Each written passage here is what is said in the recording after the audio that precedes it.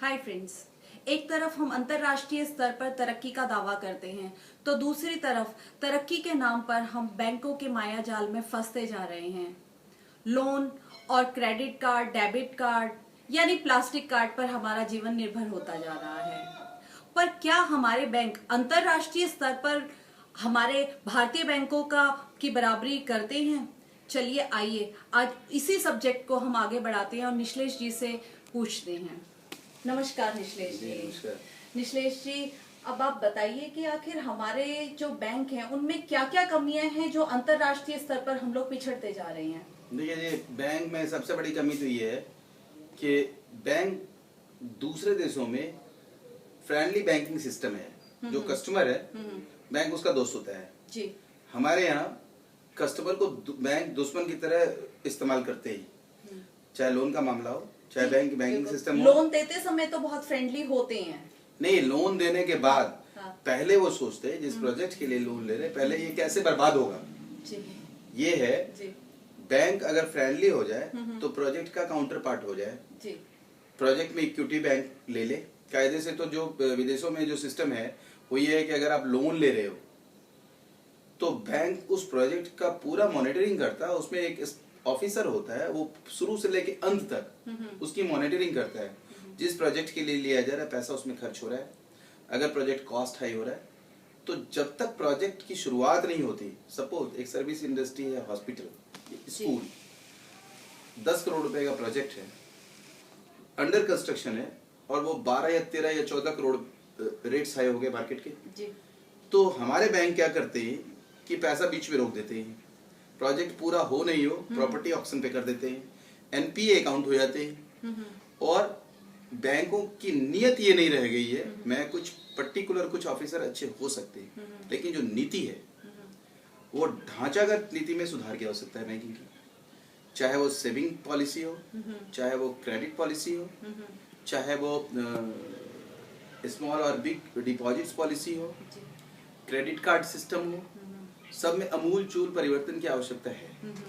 अब आप ये देखिए, हम लोन पे आते हैं, क्योंकि आज हम हर मामले में पर्सनल लोन्स हैं, प्रॉपर्टी लोन है और इंडस्ट्रियल लोन है, एंटरप्रेन्योर्स लोन है, ठीक है, स्मॉल सिंगल एंटरप्रेन्योर भी आता है मैदान में। हाँ। तो उसमें क्या है कि बड़े कॉर्पोरेट्स के लिए तो बैंक के अलग नियम है, ठीक है। अच्छा, मतलब बैंकों में भी भेदभाव की नीति? बहुत जबरदस्त भेदभाव है, जबरदस्त भेदभाव है। हाँ, ये अगर कोई बड़ा प्रोजेक्ट आप लगाते हो तो आपको कोलेटरल भी नहीं देना है, वो इक्विटी थोड़ा बहुत ले लेंगे और उसको कंप्लीट करते हैं।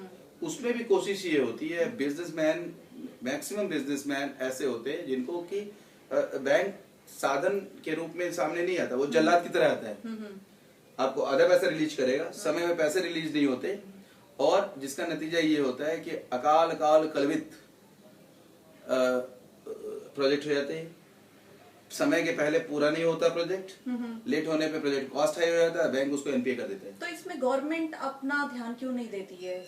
सरकार ने एक नीति बनाई, 50 साल पुराने अंदाज है। गवर्नमेंट को बैंक बनाना चाहिए, बैंक को आपके द्वार होना चाहिए, आपकी क्या जरूरत है उस हिसाब से बैंक को चलना चाहिए। लेकिन आज भी हम बैंकों की का जो व्यवहार है वो गुलाम की तरह है। अगर हम एंटरप्रेन्योर हैं तो पहले बैंकों का या गवर्नमेंट की जो पॉलिसी है उसके हिसाब से पहले हम चोर हो जाते हैं। हमें लगता है कि बैंक का पैसा लेके हम प्रोजेक्ट स्टैब्लिश करने के बजाय हम खा जा रहे हैं। ये सोच गलत है, नंबर एक। नंबर दो, अगर हम लोन लेते हैं, अगर हमारा कम पैसा पड़ता है तो बैंक को चाहिए कि उसको इनहेंस करे। उसके लिए एप्लीकेशन देने की जरूरत नहीं है, उनका अपना मॉनिटरिंग सिस्टम होना चाहिए, प्रोजेक्ट में उनके पार्टनरशिप होने चाहिए और जब तक बैंकों का पैसा वापिस नहीं आ जाए तब तक उसमें हर तरह से मदद बैंक को करना चाहिए। सपोज कोई 10 करोड़ का प्रोजेक्ट है जी, वो प्रोजेक्ट कॉस्ट 14 करोड़ हो गया जी। बैंक क्या करती है कि 10 करोड़ रिलीज करने में भी लेट लगाती है और 14 करोड़ अगर हो गया तो 4 करोड़ के लिए उसको भिखारी की तरह दौड़ना पड़ता है और वो 10 करोड़ का लोन भी हो जाता है और उस पर इंटरेस्ट भी लगता है और पता चला कि वो प्रोजेक्ट सिक हो जाता है, बीमार हो जाता है।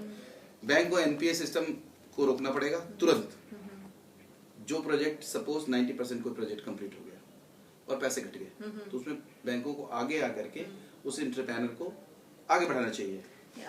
अब आप देखो कि मेरे नॉलेज में कई प्रोजेक्ट है, हॉस्पिटल है, स्कूल्स हैं, जी। इंडस्ट्रीज हैं, जी जो एस्टेब्लिशमेंट पीरियड में, सपोज मॉनेटरियम 1 साल का है, गवर्नमेंट की कोई पॉलिसी आ गई, वो 3 साल में काम कंप्लीट हुआ, उसका प्रोजेक्ट कॉस्ट हो गया दोगुना। जी तो बैंक एक तरफ क्या करती है कि उसको नीलाम पे चढ़ा देगी, अरे भाई पूरा कर लो, उसको इस कमाने के लायक बना दो, कमाना शुरू कर दे, उससे अपने पैसे निकाल लो।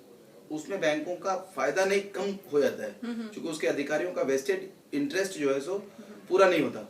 अगर एक एंटरप्रेन्योर जमीन अपनी लगाता है, 20%, 10% या 5% मार्जिन मनी लगाता है, तो उसके अपने जमीन की कीमत हुई, उस पे बैंक का पैसा है, लेकिन अगर बीच में रुक गया प्रोजेक्ट तो उसकी जमीन भी जाएगी, बैंक नीलाम कर देगा, आधे पौने रेट में कर देगा, सिक्योरिटी हो गई, फिर कोई दूसरा जो खरीदेगा वो फिर चलाएगा, उसको फिर लोन देगी बैंक। लेकिन जो एंटरप्रेन्योर है, जिसने अपने एक सपने देखे, कोई अस्पताल खोलने है, कोई डॉक्टर रहता है, वो अस्पताल का सपना लेके आता है कि बढ़िया सुपर स्पेशलिटी हॉस्पिटल करेंगे, जमीन खरीदता है अपने पैसे से, मार्जिन मनी जमा करता है, और 10 करोड़ या 20 करोड़ या 25 करोड़ या 50 करोड़ का वो प्रोजेक्ट है, वो 2 साल कंस्ट्रक्शन में लगे, शुरू होने के पहले उसका प्रोजेक्ट कॉस्ट 10%, 20% या 30% इनहैंस हो गया, तो बैंक उस कंडीशन में क्या करता, पैसा नहीं देता, वो इनहैंस नहीं होता, उसको नीलाम पे चढ़ा देते हैं और उससे पैसे वसूलते हैं। तो एक आदमी को आपने जो एंटरप्रेन्योर है उसकी आपने भ्रूण हत्या कर दी, पहले उसका एबॉर्शन हो गया, और इस तरीके से कोई भी बैंक के पास जाने से एंटरप्रेन्योर डरता है। तो लोन के अलावा क्या हम सिर्फ एक मुद्दा तो नहीं मान सकते कि हमें सिर्फ लोन की वजह से हम लोग अंतरराष्ट्रीय स्तर पर पिछड़े हैं, इसलिए कि बैंक हमारा फ्रेंडली नहीं है। हम डिपॉजिट्स हाँ, देते हैं, बिल्कुल, उसमें जो इंटरेस्ट रेट, बेशक विदेश में कम इंटरेस्ट रेट है, लेकिन जितना पॉजिटिव बैंक को होना चाहिए, हम हमारा पैसा है, जमा करने के समय में कोई दिक्कत नहीं, निकालने के समय में 100 तरह के बैरियर है, क्यों है जी? कई बार कुछ हिडन चार्जेस वगैरह लगा लेते हैं, बहुत सारे चार्जेस होते हैं जो सामने क्लियर नहीं होते। काफी लोगों को हमने, जबकि हम लोग खुद भी इस बात से कई बार परेशान हो चुके हैं, कई बार हम कुछ लेते हैं तो सामने कुछ होता है, बट बाद में हिडन चार्जेस। जो क्रेडिट कार्ड से, उसमें भी जल्लाद सिस्टम है इनका।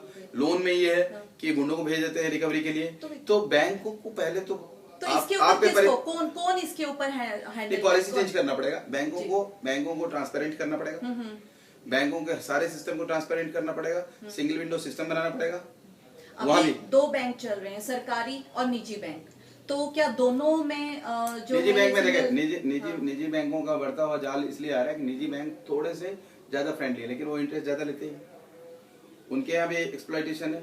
एक क्लियर कट बैंकिंग पॉलिसी होना चाहिए, बैंक आपके दरवाजे पे हो, लोन देने के लिए और वसूली के लिए नहीं हो, आपके साथ जीवन भर का एक रिश्ता हो बैंक का, आपके हर सुख दुख में काम आए, बैंक ऐसा होना चाहिए, बैंक की पॉलिसी ऐसी होनी चाहिए। उसमें कई चीजें ऐसी है जिसपे हम बहुत विस्तार से चर्चा कर सकते हैं, सुधारों की क्या क्या आवश्यकता है, किस किस स्तर पे बैंक में।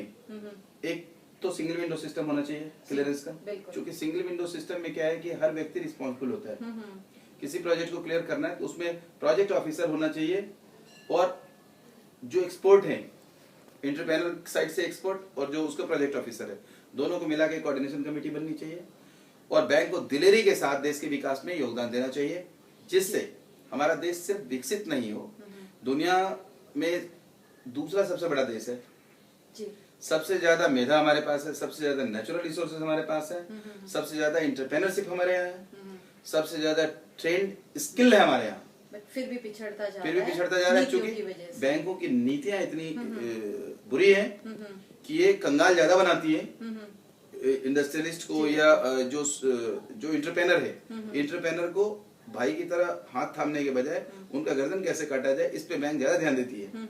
इस सोच को बदलना पड़ेगा। हर इलाके में पर कैपिटा बैंकिंग सिस्टम अपने यहाँ क्या है, आप देखो, 24 घंटे बैंक होने चाहिए। बैंक कल को हमारे पापा का अगर है अकाउंट, छोटा बच्चा उसको भी जरूरत हो, तो बैंक एक गार्जियन की तरह दिखाई पड़े, एक भाई की तरह दिखाई पड़े, एक परिवार का हिस्सा बन के दिखाई पड़े। इसके लिए कई फॉर्मूले हमारे पास है जो हम लोग गवर्नमेंट पे जाएंगे, और हम नए फाइनेंस मिनिस्टर से उम्मीद करते हैं हम लोगों की बातें सुनेंगे, और बैंकिंग पे भी हम बहुत स्पष्ट नीति के साथ उनसे मिलना चाहते हैं। देखिए निश्लेष जी, मैं पूरी उम्मीद करूंगी कि सरकार आपकी बातों को सुने, और वैसे भी G28 यही चाहता है कि सारी सुविधाएं आपके द्वार हों।